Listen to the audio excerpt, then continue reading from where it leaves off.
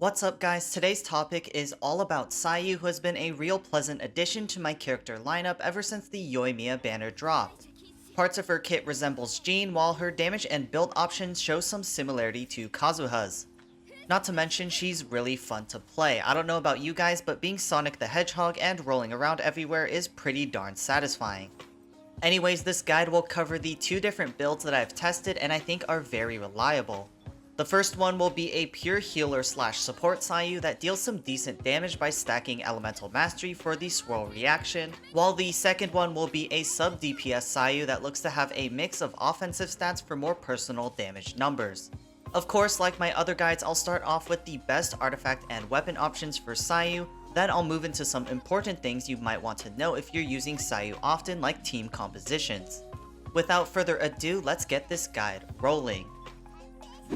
For artifacts, let's begin with the pure support slash swirl damage build, as that's probably the build that a lot of players will want to opt for if they're low on resources. It's a really easy build compared to building crit, and the damage is actually not that bad, similar to how Kazuha performs well on a full elemental mastery build. The best in slot artifact for a supportive Sayu is definitely going to be the 4-set Viridescent Veneerer. Not only are we increasing our own swirl damage with the 4-set, having resistant shred is just way too important. It's why pretty much every Anemo unit likes to run this set aside from Xiao, and Sayu is no exception. Sayu's heals will naturally get stronger as we build attack and elemental mastery, hence why we typically don't want to use sets that aren't boosting our offensive capabilities like Maiden's Beloved. For a support Sayu's artifacts, you want energy recharge or elemental mastery in the hourglass, elemental mastery in the goblet, and elemental mastery in the circlet. Typically, EM will yield the best damage numbers for a pure support, especially if you're not heavily investing into Sayu's talents. However, if you are investing a lot into Sayu's talents, then attack percent becomes a viable option for every slot as well. Building attack will increase the healing on your burst and give Sayu better damage numbers, excluding your swirl damage. And lastly, the substat priority for a supportive Sayu is mainly just energy recharge, elemental mastery, attack percent, and flat attack. Crit damage and crit rate are nice to have, but you shouldn't be focusing those stats since we aren't actually building crit stats in the circlet. Moving into support Sayu's best weapons, we have a handful of nice options that aren't occupied by many other Claymore users. The best part about this is that your best weapon option won't necessarily be the one that gives the most DPS. Picking a weapon for a support Sayu is all about choosing a stat that you want to reduce the stress for in artifacts. With that being said, most of the weapons are energy recharge weapons, which makes things really simple. There are only 3 options that I'd recommend that aren't energy recharge focused, which I'll mention afterwards. Kicking things off, we have a fairly large arsenal of energy recharge claymores. In this group, we have the Inazuma prototype Katsuragi Kiri Nagamasa, Favonius Greatsword, Sacrificial Greatsword, and Skyward Blade. If I were to pick the best claymore out of these 4, I'd probably choose the Sacrificial Greatsword because of how good the passive is for combining damage with extra particle generation. The other 3 options you can consider if you don't need an energy recharge weapon are Wolf's Gravestone, Rain Slasher, or Bloodstained Greatsword. Wolf's Gravestone is a phenomenal weapon for Sayu, as funny as it may look on our little ninja, because it allows us to completely ignore attack percent in artifacts thanks to its ridiculous passive.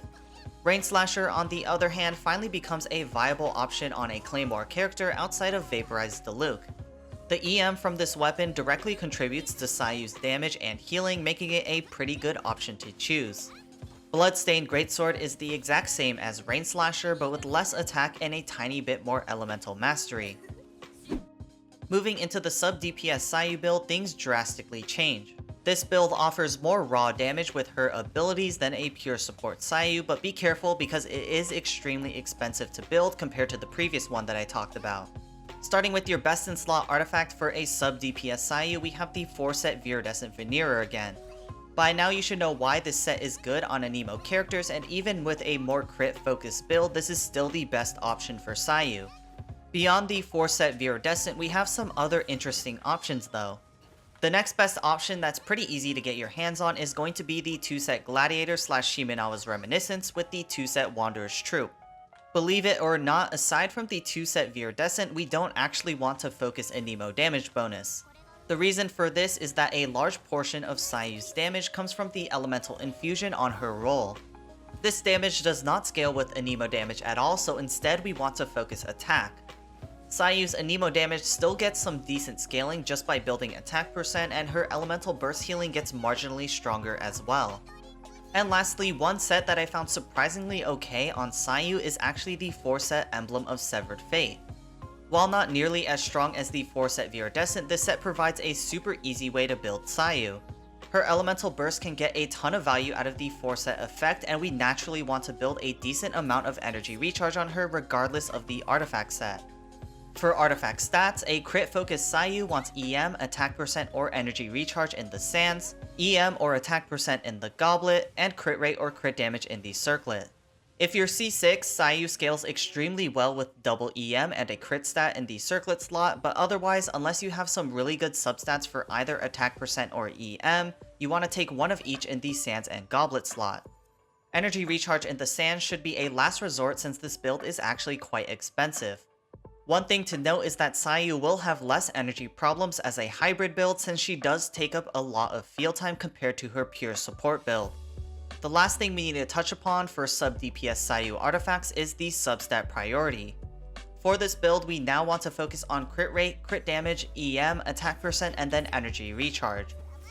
Shifting gears into weapons for a sub DPS Sayu, we have a few more options that we want to include. This time, the weapons will be listed in a more strict manner since we are looking for DPS after all. At the number 1 spot, we have the Wolf's Gravestone. As I said before, there's so much attack with this weapon that there's no reason that you shouldn't run this weapon on Sayu if no one else is using it. Sayu as a sub DPS is extremely stat hungry, and the Wolf's Gravestone is one of the best claymores to solve that problem. Speaking of claymores that solve Sayu's need for a ton of stats, the Serpent Spine follows close behind at the number 2 spot. This weapon is the ultimate cheat code for anyone trying to build Sayu for crit. The passive might be hard to maintain without a shield, but either way the crit rate provides more than enough value even if you fail to keep maximum stacks. At number 3, 4, and 5 we have some pretty familiar energy recharge options with the Skyward Blade, Sacrificial Greatsword, and Katsuragi Kiri Nagamasa. These weapons are listed in order by their DPS output, but honestly I love all 3 of these weapons equally since they do their own unique things. Definitely use one of these weapons if you can't afford to spare your Serpent Spine or Wolf's Gravestone. Following the energy recharge options, we have the Rain Slasher at 6, and then finally Favonius Greatsword at number 7. While quite potent on a support Sayu build, unfortunately these 2 weapons provide much less value for a sub DPS Sayu because of their mediocre passives. That's it for the guide, and hopefully you know a little bit about how to build Sayu now. I'll quickly showcase my own Sayu build just in case some people are curious about what I have. Just a quick disclaimer, my Sayu build is 100% still a work in progress. I'm just starting to break back into Viridescent farming, so right now she's on some leftover pieces. Anyways, for her basic stats, you can take a look at her attack and elemental mastery right here. And if we go deeper into the hidden stats, you can take a look at her crit rate, crit damage, energy recharge, and Anemo damage bonus. For her weapon, I'm running an R2 Wolf's Gravestone, and as for her artifacts, I'm running the 2-set Shimenawa with the 2-set Emblem of Severed Fate. On the artifacts, the substats are right here. This is the Flower, the Feather, the Sands, the Goblet, and lastly the Circlet.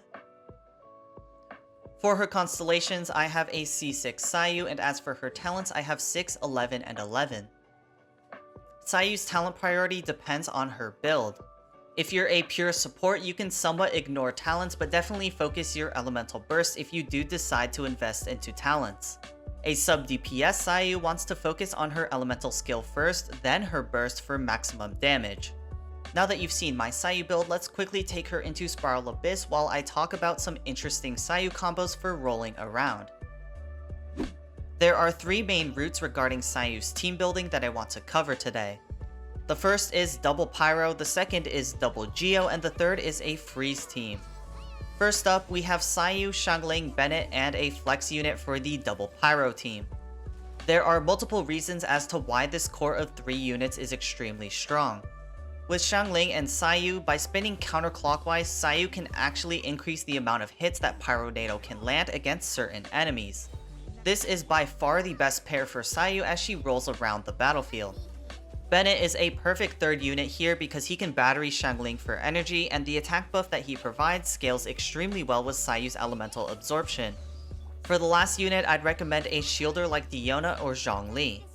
If you're looking for more damage, Rosaria is the perfect unit for reverse melt. Kaya can be a substitute for Rosaria, but his elemental burst is a lot smaller in range and performs much less optimally with Sayu. And of course, Kazuha can be an option here to both increase the damage of Xiangling and exchange Anemo particles with Sayu. The second team I want to cover is the Double Geo team, which definitely is the hardest team comp to use since it does require at least 2 5-star units.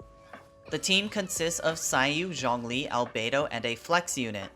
Zhongli and Albedo are an extremely powerful combo thanks to their off-field capabilities, and Sayu can take a ton of time to roll around with the safety of Zhongli's shield and the Geo Resonance.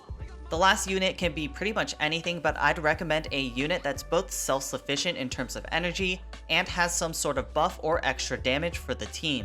The most notable units that I want to recommend for the Double Geo team are definitely Mona, Bennett, Fischl, or Rosaria. For the third and final team, we have a Freeze team, which also requires a 5-star unit in most cases. The team comp consists of Sayu, Rosaria, Diona, and Mona. Rosaria and Diona are pretty irreplaceable since they work so well with Sayu, but I know not everyone has Mona, so here are 2 more options to consider. The first option we have is Kokomi. I know it's not version 2.1 during the time of recording this, but in the 2.1 trailer we now know that she summons a jellyfish that is extremely similar to Mona's taunt. From what I know, Kokomi will probably be the next best option for a Sayu Freeze team after Mona. And for anyone looking at current options, the only other choice is going to be Barbara. Although Barbara does make this team extremely free-to-play friendly, you'll need to make sure to infuse Sayu with the Hydro Aura created by Barbara's skill, or else you'll lack Hydro application. With that, it's time to wrap up the video. If you enjoyed this guide or thought it was useful, be sure to support both the video and the channel. Sorry about the delay on this one, but hopefully the wait was worth it as I didn't want to sacrifice the quality of the guide. Anyways, other than that, it's the same as always. I'll see y'all in the next one. Peace.